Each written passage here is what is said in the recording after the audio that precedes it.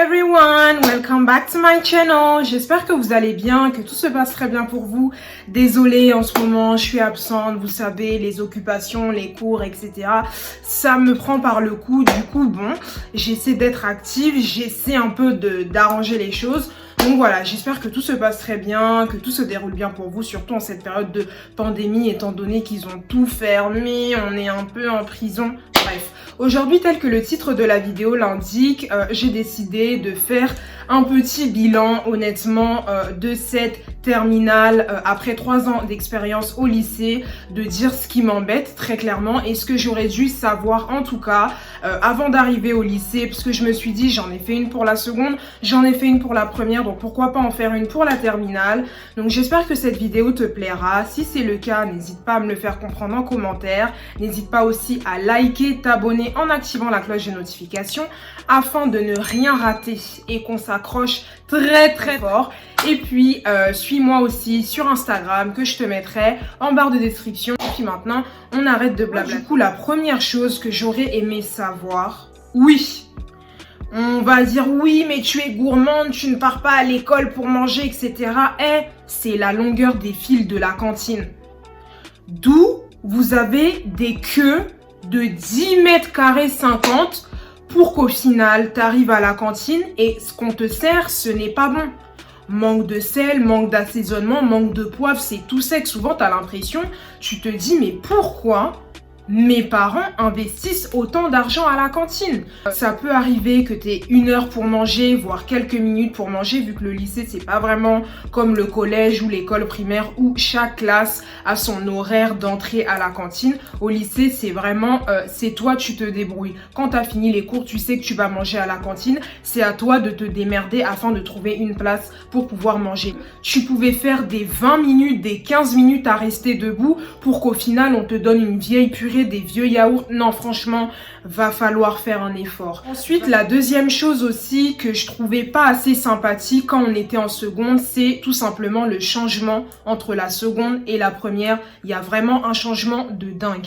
Parce que en seconde, je trouve qu'on travaille pas assez, on nous prépare pas réellement, vous savez, aux grandes classes qui vont suivre. Parce que quand tu passes en première, mais la charge de devoir, mon frère, ma sœur, c'est pas des lol. Ça réveille vraiment les neurones et c'est ça vraiment qui m'a marqué pendant ces années au lycée.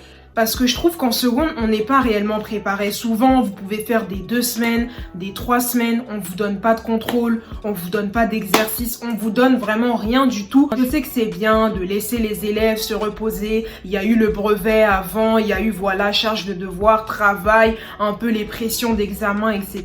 Mais il va falloir quand même, à la limite, au 2e trimestre ou au 3e trimestre, de pouvoir préparer les élèves. Vous pouvez pas laisser les élèves sous les cocotiers, big up aux Maldives. Non, pas comme ça. Il faut quand même préparer les élèves de temps en temps. Classe en première comme ça, dès la rentrée. Même pas de bonjour, rien. Alors oui, il va falloir me faire ça. Acheter tel livre, commander le manuel, exercice là-bas, bac de français là-bas, machin, épreuve commune, les dates, machin.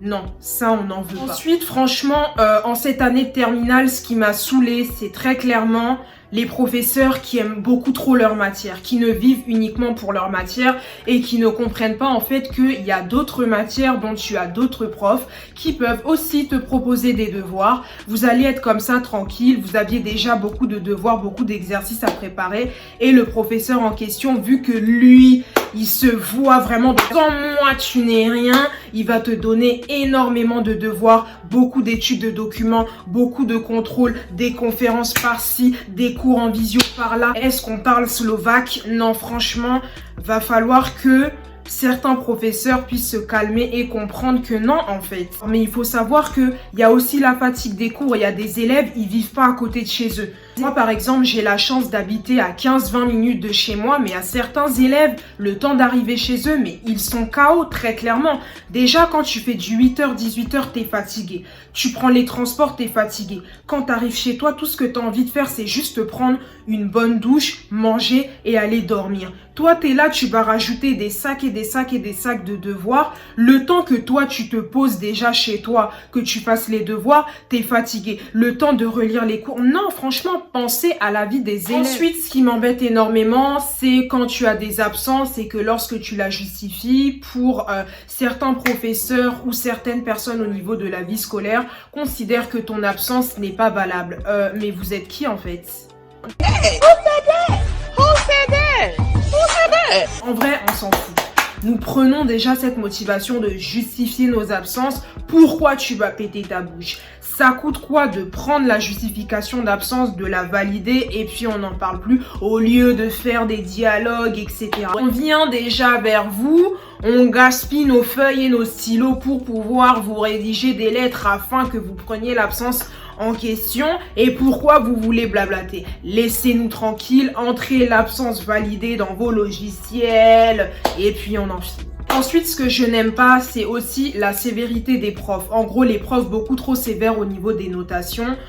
Moi, ça me saoule. Des profs qui te mettent des 7,75, des 9,75 au lieu de te mettre 10. C'est quoi le but?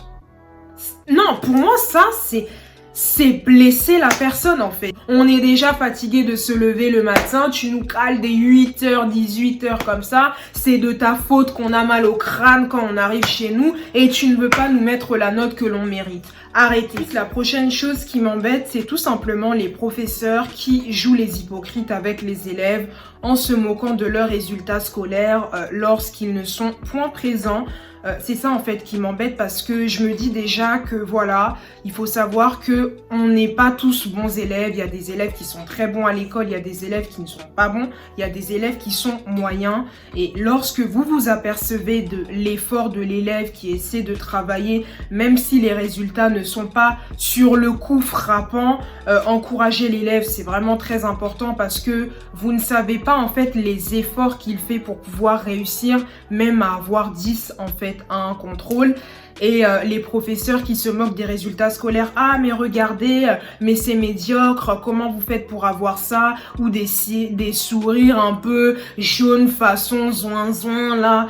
Non, franchement, faut arrêter. Et ça, je m'en suis beaucoup aperçue pendant ces 3 années au lycée. Je me suis rendu compte que les professeurs aussi souvent, rien qu'en étant adultes, eux aussi peuvent se comporter comme des gamins et je trouve ça vraiment décevant en fait. Dans ces 3 années, ce qui m'a énormément embêtée, c'est l'administration 2.0. Le lycée, t'es là, tu cherches des documents, des certificats scolaires, etc. Ça met des années à te donner leurs vieilles feuilles. Or que quand c'est pour demander de l'argent, faire des pétitions, des cotisations, machin, écologie, machin, bref, en tout cas, lorsqu'il veut gratter ton argent, ce sont les premiers. Faites bien le travail, après on va vous récompenser. Les délires, quand t'es là, tu demandes un certificat de scolarité, tu veux régler les papiers de la bourse, ça te met repasser plus tard. Oh mais mon collègue n'est pas là, va falloir passer demain. Oh l'imprimante ne marche pas, problème d'ordinateur, données, machin, internet. Vous nous devez 2 €, vous devez telle somme. Là par contre c'est les premiers. Ça vraiment, ça m'a saoulé. Ça m'a saoulé. Même mon lycée, vendre des pulls, etc. Vendre des pulls, machin. Il n'y a pas de souci. Vous pouvez vendre ce que vous voulez. Mais quand je vous demande une feuille, quand je vous demande un renseignement, faites-le bien. Arrêtez de fouetter les fesses des gens lorsqu'on n'en a pas envie. Ensuite, la dernière chose, franchement, qui m'exaspère et qui m'a vraiment saoulée pendant ces 3 années, c'est les vérifications de sacs.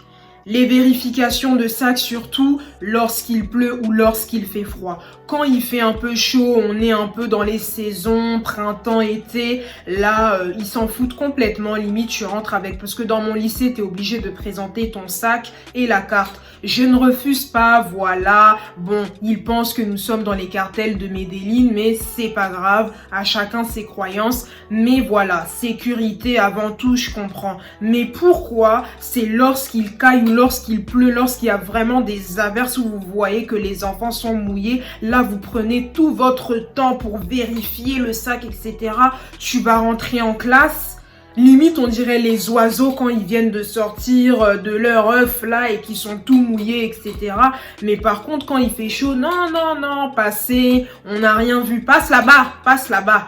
Non, franchement, ça aussi, ça m'exaspère. Après, l'une aussi des dernières choses que j'allais oublier, c'est les surveillants. Quand tu leur dis non, j'ai pas cours, laissez-moi rentrer chez moi, ils vont vérifier par toutes les institutions françaises que oui, bel et bien, tu n'as pas cours, que ton prof n'est pas là. Honnêtement, ça aussi, faut arrêter. Voilà, faut aussi apprendre à croire les élèves. Quand on vous dit que voilà, un professeur n'est pas là, on vous a prouvé par A plus B que monsieur un tel, madame un tel n'est pas là, laissez-nous rentrer chez nous, arrêtez de nous séquestrer, laissez-nous respirer. La vie est courte. Donc voilà, j'espère en tout cas que cette petite vidéo vous aura plu. N'hésitez pas à me le faire comprendre en commentaire. Je vous fais de très très gros bisous. On se retrouve une prochaine fois. Bye bye.